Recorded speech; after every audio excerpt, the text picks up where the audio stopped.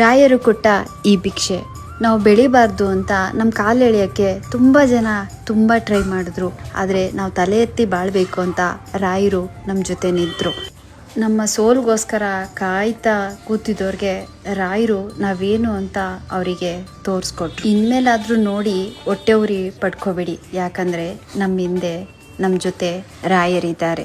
ಮಾತಲ್ಲೇ ಮಣ್ಣು ಮುಕ್ಕಿಸ್ಬೇಕು ಅಂತ ತುಂಬಾ ಟ್ರೈ ಮಾಡಿದ್ರು. ಆದರೆ ನಮ್ಮ ರಾಯರ ಆಶೀರ್ವಾದದಿಂದ ನಮ್ಮ ಜೀವನನೇ ಇವತ್ತು ಬದಲಾಯಿತು. ರಾಯರಿದ್ದಾರೆ. ರಾಯರ ರಕ್ಷಣೆಯೇ ನಮ್ಮ ಒಂದು ಬದುಕಿಗೆ ಹೊಸ ದಾರಿ. ರಾಯರು ಕೊಟ್ಟಿರೋ ಈ ಭಿಕ್ಷೆ. ನಮ್ಗಾಗದೇ ಇರೋರು ನಮ್ಮನ್ನು ಕೆಳಗೆ ಬೀಳಿಸ್ಬೇಕು ಅಂತ ತುಂಬಾ ಟ್ರೈ ಮಾಡಿದ್ರು.